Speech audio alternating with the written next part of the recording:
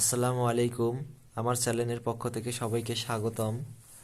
আজকের ভিডিওতে আমি দেখাবো কিভাবে এসি ম্যাগনেটিং স্টার্টার কানেকশন করতে হবে। এটি হলো এসি ম্যাগনেটিং স্টার্টার, যেটা আমরা মোটরে ব্যবহার করতে পারবো।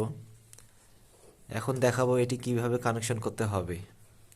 আমাদেরকে সর্বপ্রথম এটি লুজ দিয়ে উপরের কভারটা খুলে নিতে হবে।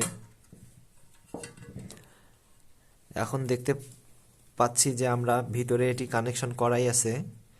এটি হলো একটি তৈরি করা রেডিমেড বাক্সের মধ্যে এটা সেটিং করা একটি ম্যাগনেটিং স্টার্টার। এটি হলো ম্যাগনেটিং সুইচ অর্থাৎ পুশ সুইচ।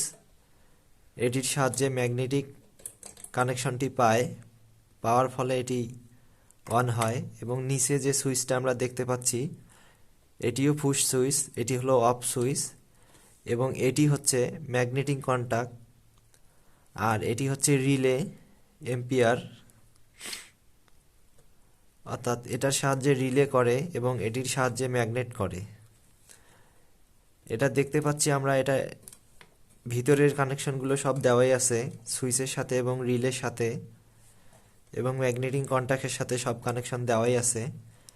এটা আমরা লাগার সিস্টেমটা হচ্ছে, আমাদেরকে সর্বপ্রথম আমরা যদি এটা 2 ফেজ লাইনে লাগাই তাহলে আমাদেরকে আলাদা একটি মেইন লাইন নিয়ে আসতে হবে। এটি হচ্ছে মেইন লাইন। এটিকে সুন্দর করে সিলিয়ে নিব তারটা।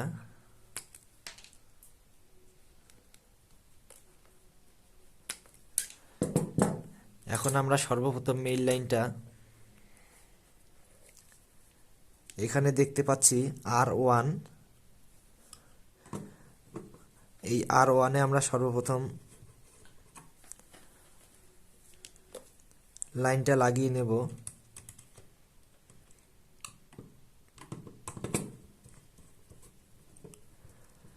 এটা আমাদের সরাসরি মেইন লাইন, অর্থাৎ এটা ইন হবে। ইনটা আমরা উপরের দিকে R1-এ লাগাবো, এবং এখানে দেখতে পাচ্ছি T5, অর্থাৎ আমরা T5-এ নিউট্রালটা লাগাবো। এটি হচ্ছে T5, অর্থাৎ এখানে আমরা নিউট্রালটা লাগাবো।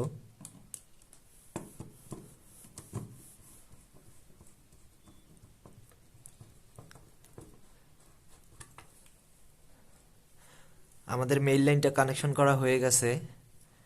এখন আমরা আউটলাইন, অর্থাৎ যেটি আমাদের মোটরে যাবে, ওই লাইনটি কানেকশন করব। এখানে আমি চেক করার জন্য একটি বাল্ব ও হোল্ডার সহ একটি তারে চেক করব। এটি আমাদের মোটরে যাবে, এই তারটিও সর্বপ্রথম সিলে নিব। আমরা এখানে নিচে দেখতে পাচ্ছি যে U2, অর্থাৎ এখানে U2-এ আমরা মেইন লাইনটা লাগাবো। মেইন লাইনটা আমরা U2-এ সংযোগ করব।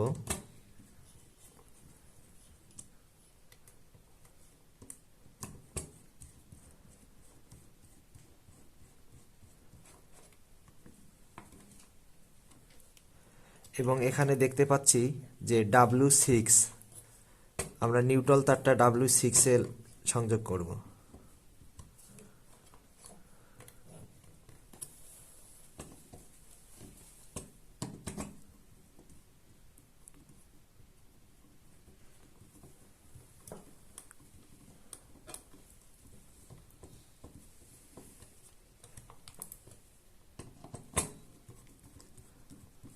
আমরা আউটলাইন, অর্থাৎ যেটি আমাদের মোটরে যাবে, আমরা মেইন লাইনটা সেটিং করলাম U2-এ এবং নিউট্রালটা সেট করলাম W6-এ। নিচের দিক দিয়ে বের হয়ে আমাদের মোটরে যাবে, অর্থাৎ আমি এটি চেক করার জন্য একটি হোল্ডার সহ একটি বাল্ব, এখানে একটি বাল্ব লাগাই দিব। দেওয়ার পরে আমি চেক করব। এখন কানেকশন করা হয়ে গেছে। এখন আমাদেরকে মেইন লাইনটি সংযোগ করে দিতে হবে। মেইন লাইনটি যদি আমরা সংযোগ করে দিয়ে দিছি, এখন এখানে দেখতে পাচ্ছি যে উপরে আমাদের সুইচ, অন সুইচ, অর্থাৎ আমাদের উপরে সুইচটা যদি চাপ দেই তাহলে আমাদের ম্যাগনেটিং কন্টাক্টটা কাজ করবে, ফলে আমাদের মোটরে লাইনটা যাবে। দেখতে পাচ্ছি যে বাল্বটি জ্বলে উঠছে।